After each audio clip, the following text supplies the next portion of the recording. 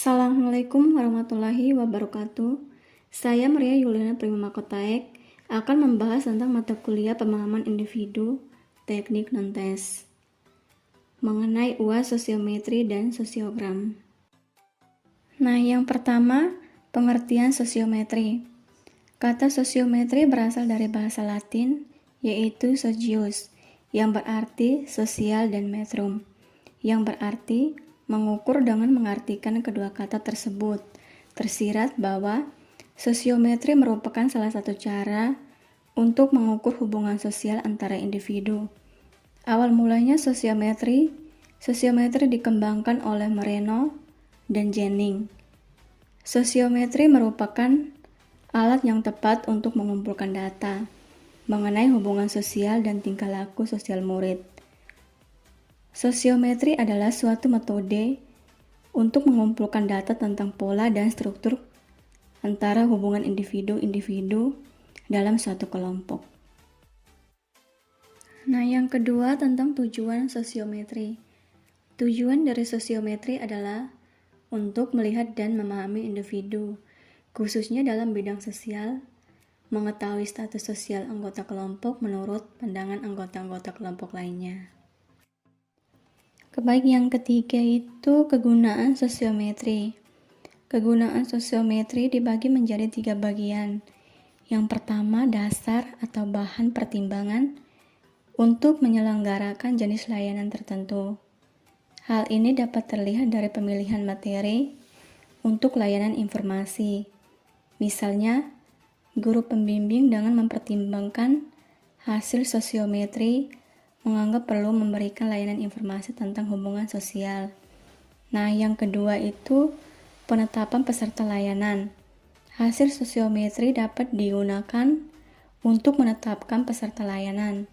Untuk layanan bimbingan kelompok, guru pembimbing dapat lebih arif menetapkan komposisi anggota kelompok. Misalnya dengan tidak menggabungkan dalam satu kelompok siswa-siswa yang star, siswa-siswa yang terisolir, atau siswa-siswa yang tergabung dalam klik-klik. Nah, yang ketiga, isi layanan. Dalam pelayanan bimbingan kelompok, misalnya topik tentang hubungan sosial, dapat diberikan sebagai isi kegiatan. Oke, yang keempat, jenis-jenis sosiometri. Jenis-jenis sosiometri dibagi menjadi 3 teknik bagian. Yang pertama, teknik nominasi. Dalam tipe ini, kepada setiap individu dalam kelompok ditanyakan siapa-siapa teman yang disenangi atau tidak disenangi untuk diajak melakukan suatu aktivitas tertentu. Nah, yang kedua, model skala bertingkat. Dalam teknik ini disediakan sejumlah statement yang disusun secara bertingkat, yaitu dari statement yang menyatakan hubungan yang paling dekat sampai dengan statement yang menyatakan hubungan yang paling jauh. Nah, yang ketiga, model Worsnow. Dalam tipe ini disediakan sejumlah statement tentang sifat-sifat individu. Sebagian dari sifat itu mengungkapkan sifat yang positif dan sebagian lagi mengungkapkan sifat yang negatif. Nah, yang kelima, pengadministrasian.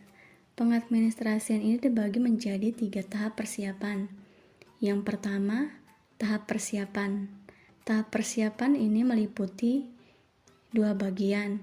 Yang pertama, menentukan kelompok peserta didik yang akan diukur. Yang kedua, mempersiapkan angket sosiometri sesuai tujuan.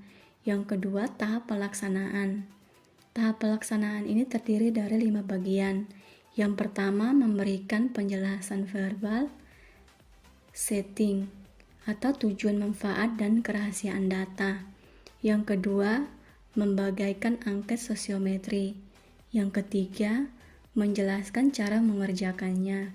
Nah, yang keempat, memeriksa apakah sudah benar mengisinya.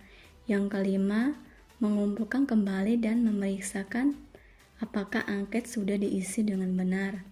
Nah, yang ketiga, Pengelolaan dan analisis hasil. Tahap pengelolaan ini terdiri dari 5 bagian juga. Yang pertama, memeriksa kelengkapan hasil angket.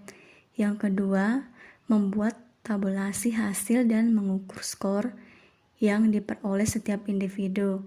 Yang ketiga, membuat sosiogram berdasarkan hasil tabulasi skor. Yang keempat, menghitung indeks pemilihan. Yang kelima, membuat analisis hubungan sosial dari hasil sosiogram dan memperoleh skor individu. Nah, selanjutnya pengelolaan dan penafsiran hasil sosiometri. Itu dibagi menjadi 3 tipe bagian. Yang pertama, tipe nominatif. Dari tabulasi di samping ini, dapat diketahui bahwa siswa yang paling luas hubungan sosialnya adalah siswa yang nomor 5 dan nomor 6. Dengan hanya memperhatikan tabulasi arah pilih saja, kita belum dapat mengetahui struktur hubungan para siswa secara jelas. Untuk mengetahui struktur hubungan para siswa secara jelas, dibuatkan gambaran tentang struktur hubungan tersebut. Gambaran tentang pola atau struktur hubungan suatu kelompok disebut sosiogram. Oke, yang kedua, tipe skala bertingkat. Misalkan dalam suatu kelas terdiri dari 10 orang siswa. Isiannya skala bertingkat para siswa sebagai berikut. Dari tabulasi di bawah ini dapat diketahui bahwa siswa yang mempunyai hubungan sosial yang baik di kelas adalah siswa nomor 6 dan 5. Sedangkan siswa yang mempunyai hubungan sosial yang jelek di kelas adalah siswa yang nomor 7 dan nomor 10. Oke, yang ketiga, tipe siapa dia atau tipe Woswow. Dari tabulasi di samping dapat dilihat bahwa di antara siswa-siswa tersebut, siswa yang paling baik hubungan sosialnya adalah siswa yang nomor 5, dan siswa yang paling jelek hubungan sosialnya adalah siswa yang nomor 2.